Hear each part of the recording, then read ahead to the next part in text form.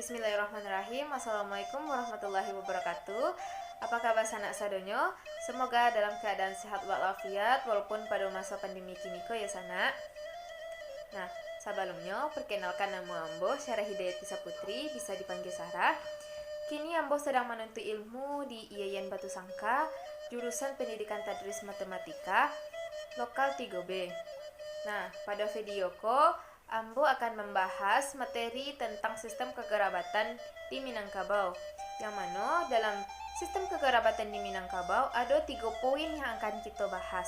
Yang pertama, sistem matrilineal di Minangkabau. Yang kedua, sistem perkawinan di Minangkabau. Yang ketiga, sistem warisan di Minangkabau. Jangan lupa ditonton sampai habis ya sanak videonya. Terima kasih. Baiklah, langsung saja masuk kepada materi kita yang pertama, matrilineal di Minangkabau. Sistem kekerabatan matrilineal adalah sistem kekerabatan yang berdasarkan garis keturunan ibu, di mana seorang anak akan memiliki suku yang sama dengan ibunya. Sistem garis keturunan akan didapatkan seorang anak berdasarkan garis keturunan ibu, terutama yang berkaitan dengan warisan. Menurut adat Minangkabau, seorang ibu mempunyai peran penting dalam pengasuhan. Ibu berperan dalam bidang pendidikan, keamanan, kekayaan, dan kesejahteraan keluarga. Namun, dalam masyarakat Minangkabau juga diserahkan pengasuhan anak kepada mama.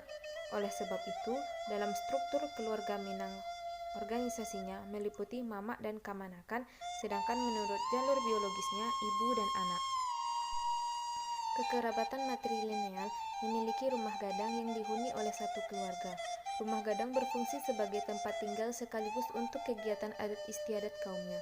Tidak semua orang bisa tinggal di rumah gadang, karena rumah gadang hanya diperuntukkan untuk orang-orang seketurunan yang dikenal dengan istilah saparu, atau dari satu perut, atau setali darah menurut garis keturunan ibu.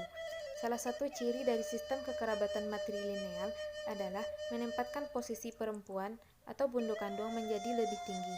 Walaupun dalam aplikasinya, peran bunduk kandung lebih banyak diperankan oleh mama, sehingga laki-laki atau nenek mama lah yang lebih aktif dalam memimpin dalam sukunya.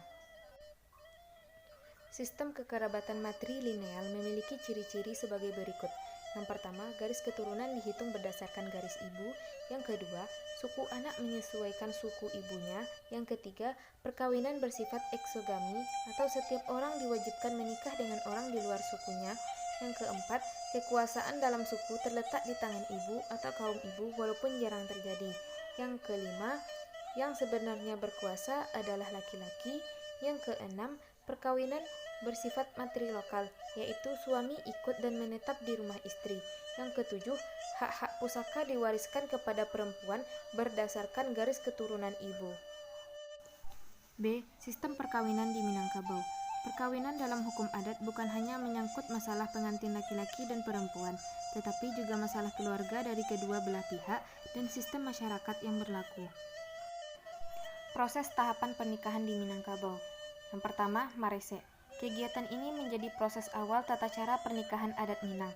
Pihak keluarga wanita akan mendatangi pihak keluarga pria dan hal ini sesuai dengan sistem kekerabatan adat di Minangkabau. Yang kedua, menimbang dan batimbang tando. Batimbang tando memiliki ciri bertukar tanda, menjadi simbol pengikat perjanjian yang tidak bisa dibatalkan oleh sebelah pihak. 3. Mahanta Siriah. Acara ini di mana mempelai meminta izin atau memohon doa restu kepada mamak-mamaknya, saudara ayah, kakak yang telah berkeluarga, dan sepupuh yang dihormati. 4. Babako-babaki. Acara ini akan diadakan beberapa hari sebelum acara akad nikah berlangsung. Bako berarti pihak keluarga dari ayah calon mempelai wanita. 5. Malam bainai. Acara ini dilakukan pada malam sebelum akad nikah. 6. Manjapui marapulai. Acara ini menjadi ritual paling penting dalam tata cara pernikahan adat Minang. Prosesinya bermula dari calon pengantin pria dijemput dan dibawa ke rumah calon pengantin wanita untuk melangsungkan akad nikah. 7. Akad nikah. Akad nikah ini akan dilangsungkan sesuai syariat agama Islam. Diawali dengan pembacaan ayat suci, ijab kabul, nasihat perkawinan, dan doa. 8. Basandiang di pelaminan. Setelah akad nikah berlangsung, maka kedua pengantin akan bersanding di pelaminan di rumah anak daru. C. Sistem warisan di Minangkabau. Harta warisan adalah semua harta kekayaan, baik yang berwujud maupun tidak berwujud atau material dan imaterial yang ditinggalkan secara turun-temurun dari generasi sebelumnya menurut garis keturunan ibu. Wujud harta pusako ada yang bersifat harta warisan dengan nilai religius dan harta pusako yang tidak bisa dibagi, yaitu harta pusako yang tidak bernilai religius seperti sawah, ladang, dan lainnya. Ahli waris adalah orang yang berhak mendapatkan harta warisan.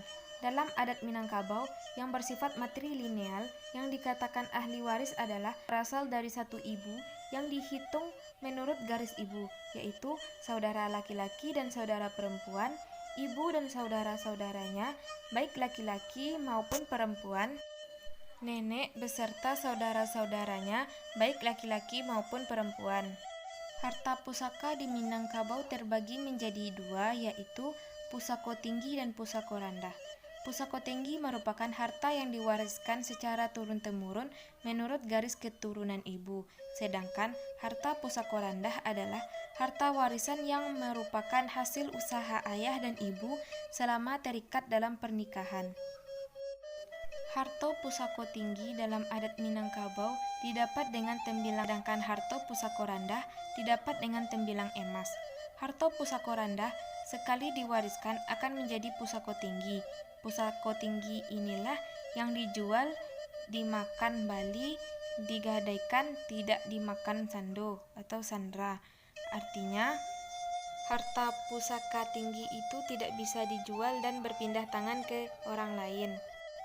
Harta pusaka tinggi hanya boleh digadaikan atau dijual jika terjadi beberapa permasalahan, yaitu 1. Gadih gadang alun balaki, 2. Rumah gadang katirisan, 3. Mayik tabujua di tengah rumah, 4. Membangkit batang tarandam. Jika persoalan tersebut terjadi, maka indak kayu janjang di kapiang, indak ameh bungkal di asah. Artinya, kalau tidak ada perselisihan dalam lumbung lagi, tidak ada tanaman-tanaman tua yang dapat dijadikan pitih atau dijadikan uang, waktu itu apa boleh buat. Harta itu sendiri boleh digadaikan atau dijual, misalnya sawah atau ladang. Sekian penyampaian materi dari Ambo. Jika ada salah kata, mohon dimaafkan. Terima kasih atas perhatiannya. Assalamualaikum warahmatullahi wabarakatuh. Sanak sadonyo.